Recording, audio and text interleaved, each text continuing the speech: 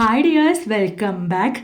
വെറും 2 കപ്പ് പുഴുങ്ങലരി നമ്മുടെ കയ്യിലുണ്ടെങ്കിൽ, അതും റേഷൻ പുഴുങ്ങലരി നമ്മുടെ കയ്യിലുണ്ടെങ്കിൽ, നമുക്ക് ലിറ്റർ കണക്കിന് മാവ് ഇതുപോലെ മിക്സിയിൽ അരച്ചെടുക്കാം കേട്ടോ. നല്ല സോഫ്റ്റ് ആൻഡ് ഫ്ലഫി ആയിട്ടുള്ള മാവ്. നോക്കി, നന്നായിട്ട് പതഞ്ഞു പൊങ്ങിയിട്ടുണ്ട് നമ്മുടെ മാവ്.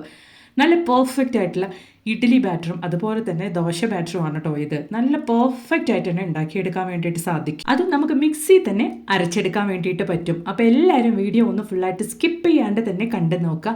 അപ്പോഴാണ് നമ്മളിത് എങ്ങനെയാണ് ചെയ്യുന്നത് എന്നുള്ളത് നിങ്ങൾക്ക് മനസ്സിലാകുകയുള്ളൂ. അത് മാത്രമല്ല, ഇതുപോലുള്ള വെറൈറ്റി ഇഡ്ഡലി ബാറ്റർ, ദോശ ബാറ്ററിൻ്റെ വീഡിയോ ഒക്കെ ഞാൻ എൻ്റെ ചാനൽ ഉൾപ്പെടുത്തിയിട്ടുണ്ട്. നിങ്ങൾ അതും കൂടെ ഒന്ന് കയറി ചെക്ക് ചെയ്ത് നോക്കുക കേട്ടോ. അപ്പോൾ നമുക്ക് സമയം കളയാണ്ട് നേരെ വീഡിയോയിലേക്ക് പോവാം. അപ്പോൾ അതിന് വേണ്ടിയിട്ട് ഞാനിവിടെ ആവശ്യത്തിനനുസരിച്ചിട്ടുള്ള റേഷൻ അരിയാണ് എടുത്തിരിക്കുന്നത് കേട്ടോ. റേഷൻ പുഴുങ്ങലരിയാണ് എടുത്തിരിക്കുന്നത്. ഈ ഒരു കപ്പിലാണ് ഞാൻ മെഷർ ചെയ്തിരിക്കുന്നത്. ഏകദേശം 2 കപ്പ്, ഈ ഒരു കപ്പിൽ 2 കപ്പ് റേഷൻ അരി ഞാൻ എടുത്തിട്ടുണ്ട്. ഇനി നമുക്കത് നന്നായിട്ടൊന്ന് കഴുകിയെടുക്കാം. കഴുകി കളഞ്ഞതിന് ശേഷമാണ് നമ്മൾ എടുക്കുന്ന ആ ഒരു വെള്ളത്തിൽ ഇത് കുതിർക്കാൻ വേണ്ടി വെക്കേണ്ടത്. അപ്പോഴാണ് നമ്മൾ അരയ്ക്കുന്ന സമയത്ത് ആ ഒരു വെള്ളത്തിൽ തന്നെ അരച്ചെടുക്കാൻ വേണ്ടിയിട്ട് സാധിക്കുകയുള്ളൂ. റേഷൻ അരി ആയതുകൊണ്ട് തന്നെ ഒരു 5 to 6 മണിക്കൂറെങ്കിലും നമ്മൾ കുതിർക്കാൻ വെക്കുന്നതായിരിക്കും നല്ലത്. അപ്പോഴാണ് നല്ല രീതിയിൽ നമുക്കത് അരയ്ക്കാൻ പറ്റുള്ളൂ. ഇതിലേക്ക് ഒരു 1/4 ബൗൾ അളവിലേക്കാണ് ഞാൻ ഉഴുന്ന് ചേർത്ത് കൊടുക്കുന്നത്. അതേ ബൗളിൽ 1/4 ബൗൾ അളവിലേക്ക് ഉഴുന്ന് ചേർത്ത് കൊടുക്കാം. അതിലേക്ക് ഒരു 1/4 ടീസ്പൂൺ അളവിലേക്ക് ഉലുവ ചേർത്ത് കൊടുക്കാം. എന്നിട്ട് നമുക്ക് ഇതുപോലെ ആ ഒരു ഉഴുന്നും ഉലുവയും നന്നായിട്ടൊന്ന് കഴുകിയെടുക്കാം. കഴുകിയെടുത്തതിന് ശേഷമാണ് നമ്മളത് കുതിർക്കാൻ വേണ്ടി പോകുന്നത്. അപ്പോഴാണ് നമുക്ക് നമ്മുടെ ഉഴുന്നും ആ വെള്ളത്തിൽ തന്നെ അരച്ചെടുക്കാൻ വേണ്ടി പറ്റുള്ളൂ. അപ്പോൾ ഞാൻ ഈ ഒരു ഉഴുന്ന് വെക്കാൻ വേണ്ടിയിട്ട് പോകുന്നത് ഫ്രിഡ്ജിലേക്കാണ് കേട്ടോ, കുതിർക്കാൻ വേണ്ടി വെക്കാൻ വേണ്ടി പോകുന്നത്. അപ്പോഴാണ് നമുക്ക് നല്ല തണുത്തിരിക്കുകയുള്ളൂ ഉഴുന്ന് മിക്സിയിൽ അരയ്ക്കുന്ന സമയത്ത്. അതിന് വേണ്ടിയിട്ട് നമുക്ക് ഈ ഒരു ഉഴുന്ന് മാത്രം ഒരു 3-4 മണിക്കൂർ നമുക്ക് കുതിർന്നാൽ മതിയാകും. നമുക്കിത് അങ്ങനെ ഫ്രിഡ്ജിലേക്കൊന്ന് മാറ്റി വെക്കാം. അപ്പോൾ സമയം കൊണ്ട് ഞാനിവിടെ 5 മണിക്കൂർ, ഏകദേശം ഒരു 5 മണിക്കൂറാണ് ഞാനിവിടെ റേഷൻ പുഴുങ്ങലരി കുതിർക്കാൻ വെച്ചിരുന്നത്. അത് ഇതുപോലൊന്ന് ഞാൻ സ്ട്രെയിൻ ചെയ്ത് വെച്ചിട്ടുണ്ട് കേട്ടോ. അപ്പോൾ ഇതുപോലെ നമ്മൾ ചോറൊക്കെ ഊറ്റുന്ന പാത്രത്തിലിട്ട് നന്നായിട്ടൊന്ന് ആ ഒരു വെള്ളം മാത്രം ഒന്ന് ഊറ്റിയെടുക്കാം. ഏകദേശം ഒരു 5 മിനിറ്റ് സമയം മാത്രം നമ്മൾ ഇതുപോലെ ഒന്ന് വെക്കുകയാണെങ്കിൽ അതിലുള്ള ആ ഒരു റേഷൻ അരിയിലുള്ള വെള്ളമൊക്കെ നന്നായിട്ട് നമുക്കൊന്ന് ഡ്രെയിൻ ആയി കിട്ടും. അത്രത്തോളം മതി. നമ്മൾ അതിനുശേഷം നമുക്കിത് മിക്സിയിലിട്ട് നന്നായിട്ടൊന്ന് അരച്ചെടുക്കാം കേട്ടോ. അപ്പോൾ 5 മിനിറ്റ് സമയം കഴിഞ്ഞിട്ടുണ്ട്. അപ്പോൾ ഇനി നമ്മൾ കുതിർത്ത റേഷൻ അരി ഇതുപോലെ നമുക്ക് മിക്സിയുടെ ജാറിലേക്ക് കുറച്ചായിട്ട് ഇട്ട് കൊടുക്കാം. ഒരു തുള്ളി വെള്ളം പോലും ചേർക്കാണ്ട് കൊണ്ട് ഒരു കുതിർന്ന അരിയിലുള്ള നനവോട് കൂടിയാണ് നമ്മളിത് അരച്ചെടുക്കേണ്ടത്. ഏകദേശം പുട്ടിനെ നമ്മൾ എങ്ങനെയാണോ അരച്ചെടുക്കുന്നത് ആ ഒരു പരുവത്തിലാണ് കേട്ടോ നമ്മൾ അരച്ചെടുക്കുന്നത്. ഈ ഒരു കൺസിസ്റ്റൻസിയിൽ വേണം നമ്മൾ മാവ് അരച്ചെടുക്കാൻ വേണ്ടിയിട്ട്.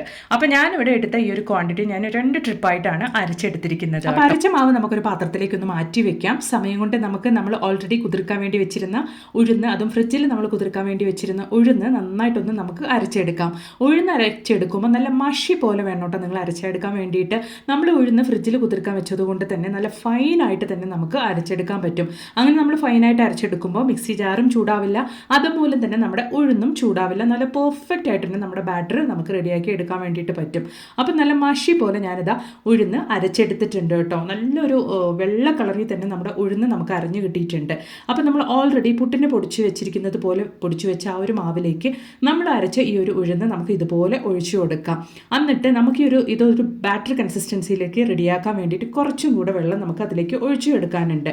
നമുക്ക് ഈ ഒരു സമയത്ത് നമ്മുടെ ബാറ്ററിലേക്ക് ആവശ്യമായ 1/2 ഉപ്പ് മാത്രമാണ് നമ്മൾ ചേർത്ത് കൊടുക്കുന്നത്. കാരണം നമ്മൾ മുഴുവൻ ഉപ്പ് ഇട്ട് കഴിഞ്ഞാൽ ഒരുപാട് നമ്മുടെ ബാറ്ററി പുളിച്ചു പോകും. അതെപ്പോഴും നിങ്ങൾ ശ്രദ്ധിക്കുക കേട്ടോ. ഈ ഒരു സമയത്ത് തന്നെ നമുക്ക് മാവും നമ്മൾ അരച്ച ഉഴുന്നും നല്ല രീതിയിൽ കൈകൊണ്ട് തന്നെ ഒന്ന് ഇതുപോലെ ഒന്ന് കുഴച്ചു കൊടുക്കാം. നമ്മളിവിടെ നമ്മുടെ ബാറ്റർ റെഡിയാക്കാൻ വേണ്ടിയിട്ട് ഈനോ, ഈസ്റ്റ്, ബേക്കിംഗ് സോഡ ഒന്നും തന്നെ ചേർത്ത് കൊടുക്കുന്നില്ല കേട്ടോ. അതുകൊണ്ട് തന്നെ നല്ല ഹെൽത്തി ആയിട്ടുള്ള ബാറ്റർ ആയിരിക്കും. വളരെ ഈസി ആയിട്ട് ചെയ്യാൻ പറ്റും. അത് മാത്രമല്ല, ഇഡ്ഡലിക്ക് നല്ലൊരു ടേസ്റ്റും ഉണ്ടാവും കേട്ടോ. ഉറപ്പായിട്ടും നിങ്ങൾ ഇതുപോലെ ഒന്ന് തയ്യാറാക്കി നോക്കുക. അപ്പോൾ ഞാൻ നന്നായിട്ട് ഉഴുന്നും അതുപോലെ തന്നെ നമ്മൾ പൊടിച്ച ആ ഒരു അരിയൊക്കെ മിക്സ് ചെയ്തെടുത്തിട്ടുണ്ട്. ഈ ഒരു സമയത്ത് നമ്മുടെ ബാറ്റർ നമ്മുടെ ഇഡ്ഡലിയും ദോശയും ഒഴിക്കാൻ പാകത്തിനുള്ള ആ ഒരു കൺസിസ്റ്റൻസിയിലേക്ക് ആക്കാൻ വേണ്ടിയിട്ട് നമ്മൾ ഉഴുന്നരച്ച് ആ ഒരു മിക്സി ജാറിലേക്ക് തന്നെ വെള്ളം ഒഴിച്ചിട്ട് നന്നായിട്ടൊന്ന് ഇതുപോലെ ഷേക്ക് ചെയ്തിട്ട് ആ ഒരു വെള്ളം കൂടെ നമുക്ക് ഈ ഒരു മിക്സിലേക്ക് ഒഴിച്ചു കൊടുക്കാം. എന്നിട്ട് നമുക്ക് കറക്റ്റ് കൺസിസ്റ്റൻസിയിൽ കുഴച്ച് റെഡിയാക്കി എടുക്കാം നമ്മുടെ ബാറ്റർ. അപ്പോൾ നമ്മുടെ ബാറ്റർ ഇവിടെ റെഡി ആയിട്ടുണ്ട്. ഏകദേശം ഒരു 5 പേർക്ക് അല്ലെങ്കിൽ 6 പേർക്ക് കഴിക്കാൻ പാകത്തിനുള്ള ബാറ്ററാണ് കേട്ടോ ഇത്. കറക്റ്റായിട്ട് നമ്മുടെ ബാറ്റർ കൺസിസ്റ്റൻസിയിൽ ഞാനിവിടെ റെഡിയാക്കി എടുത്തിട്ടുണ്ട്. അപ്പോൾ ഇനി നമുക്കിതൊന്ന് പുളിക്കാൻ വേണ്ടി വെക്കാം, സെറ്റാക്കി വെക്കാം. അതിന് വേണ്ടിയിട്ട് ഞാൻ ആ ഒരു പാത്രത്തിലേക്ക് ലിഡിട്ട് കൊടുത്തിട്ട് ഒരു കുക്കറിൻ്റെ ഉള്ളിലേക്കാണ് കേട്ടോ ഇറക്കി വെക്കുന്നത്. പഴയ കുക്കറും കാര്യങ്ങളൊക്കെ ഉണ്ടെങ്കിൽ ഇനി ആരും വലിച്ചെറിയരുത്. ഇതുപോലുള്ള ആവശ്യത്തിനൊക്കെ നമുക്ക് വീട്ടിൽ എടുത്ത് വെക്കാവുന്നതാണ്. അപ്പോൾ കുക്കർ ഞാൻ മൂടിയിട്ട് കൊടുത്തിട്ടുണ്ട്. ഏകദേശം ഒരു 8 മണിക്കൂർ സമയത്തേക്ക്, അതായത് ഓവർനൈറ്റ് നമുക്ക് ഈ ഒരു ബാറ്റർ ഇതുപോലെ കുക്കറിൻ്റെ ഉള്ളിൽ റെസ്റ്റ് ചെയ്യാൻ വേണ്ടിയിട്ട് വെക്കാം. അപ്പോൾ ഇതാ രാവിലെയാണ് ഞാൻ ഈ ഒരു കുക്കർ നിങ്ങൾക്ക് ഓപ്പൺ ചെയ്ത് കാണിക്കുന്നത്. നല്ല രീതിയിൽ തന്നെ നമ്മുടെ ബാറ്റർ പൊങ്ങി വന്നിട്ടുണ്ട്. ആ ഒരു മൂടി കാണുമ്പോൾ തന്നെ നിങ്ങൾക്ക് മനസ്സിലാകും കേട്ടോ. നല്ല രീതിയിൽ തന്നെ മേലെ വരയ്ക്കും നമ്മുടെ ബാറ്റർ പൊന്തി വന്നിട്ടുണ്ട് കേട്ടോ. ഞാനത് ഓപ്പൺ ചെയ്ത് കൂടെ നിങ്ങൾക്ക് കാണിക്കാം. നല്ല പെർഫെക്റ്റ് ആയിട്ട് നമ്മുടെ ഇഡ്ഡലി ബാറ്റർ ഇവിടെ റെഡി ആയിട്ടുണ്ട്. ഈ ഒരൊറ്റ ബാറ്ററിൽ തന്നെ നല്ല പെർഫെക്റ്റ് ആയിട്ടുള്ള ദോശയും നമുക്ക് ഉണ്ടാക്കിയെടുക്കാൻ വേണ്ടിയിട്ട് സാധിക്കും കേട്ടോ. അപ്പോൾ ദാ ഇതുപോലെ നമുക്ക് ഹെൽത്തി ആയിട്ടുള്ള ബാറ്റർ ഉണ്ടാക്കിയെടുക്കാൻ പറ്റും. അപ്പോൾ ഒരുപാട് തണുപ്പുള്ള സ്ഥലമൊക്കെ ആണെങ്കിൽ നിങ്ങൾ കുക്കറിൽ ഇറക്കി വെക്കുന്ന സമയത്ത് അടിയിൽ ചെറിയ ചൂടുള്ള വെള്ളം എന്തെങ്കിലുമൊക്കെ കരുതി വെക്കുകയാണെങ്കിൽ നല്ല രീതിയിൽ പുളിച്ച് വരും. ചിലപ്പോൾ ഇപ്പം പെട്ടെന്ന് മഴയും തണുപ്പൊക്കെ ഉള്ള സമയമായതുകൊണ്ട് തന്നെ നിങ്ങൾ കുക്കറിൽ ഇറക്കി വെച്ചാലും ചിലപ്പം പുളിക്കില്ല തണുപ്പാണെങ്കിൽ. അപ്പോൾ അങ്ങനെയുള്ള സാഹചര്യത്തിൽ നിങ്ങൾ കുക്കറെ നല്ല ചൂടുള്ള വെള്ളത്തിൻ്റെ ഉള്ളിലേക്ക് ഒന്ന് ഇറക്കി വെക്കുകയാണെങ്കിൽ വേഗത്തിൽ തന്നെ രാവിലെ ആകുമ്പോഴത്തേക്കും നല്ല രീതിയിൽ പുളിച്ച് കിട്ടും. അപ്പോൾ ഈ ഒരു സമയത്ത് ആവശ്യത്തിനുള്ള ഉപ്പും കൂടെ ഞാൻ ചേർത്ത് കൊടുത്തിട്ട് നല്ല രീതിയിലൊന്ന് മിക്സ് ചെയ്തെടുക്കുന്നുണ്ട്. നിങ്ങൾ ഇതുപോലെ മിക്സ് ചെയ്ത് കഴിഞ്ഞ് ആ ഒരു സമയം തന്നെ എടുത്ത് ഒഴിക്കരുത്. ഒരു 5 മിനിറ്റ് സമയമെങ്കിലും ബാറ്റർ ഒന്ന് റെസ്റ്റ് ചെയ്യാൻ വെച്ചതിന് ശേഷം വേണം നിങ്ങളിത് ഉപയോഗിക്കാൻ വേണ്ടിയിട്ട് കേട്ടോ. അപ്പോൾ ഞാൻ ആദ്യമായിട്ട് നിങ്ങൾക്ക് ഇഡ്ഡലി ഒന്ന് ഒഴിച്ച് കാണിക്കാം. ഇഡ്ഡലി നമുക്ക് ഇതുപോലെ ഇഡ്ഡലി തട്ടിലേക്ക് ഒഴിച്ച് കൊടുത്ത് നന്നായിട്ടൊന്ന് സ്റ്റീം ചെയ്തെടുക്കാം.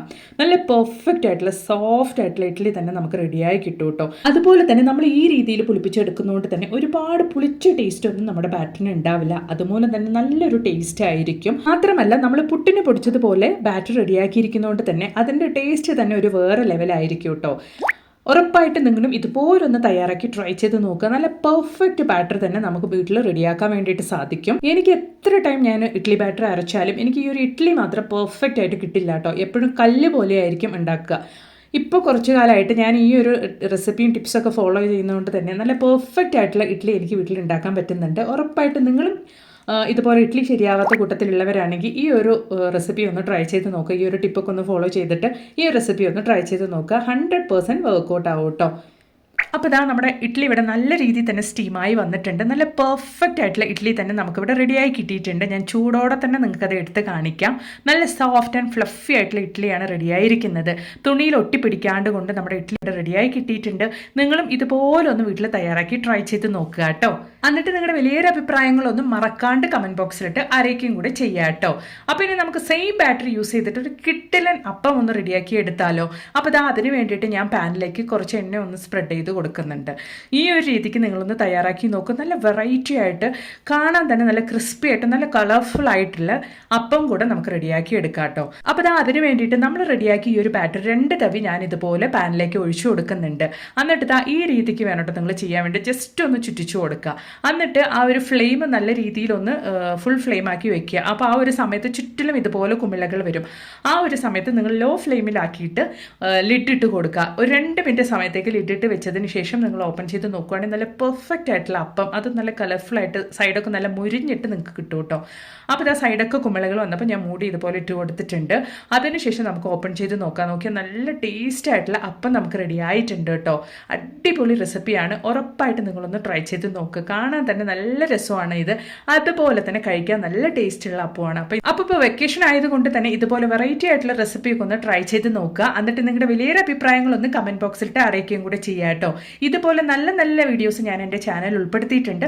നിങ്ങൾ അതും കൂടെ ഒന്ന് കയറി ചെക്ക് ചെയ്ത് നോക്കുക. ഇഷ്ടപ്പെടുകയാണെങ്കിൽ ലൈക്ക് ചെയ്യുക കേട്ടോ. Thanks for watching.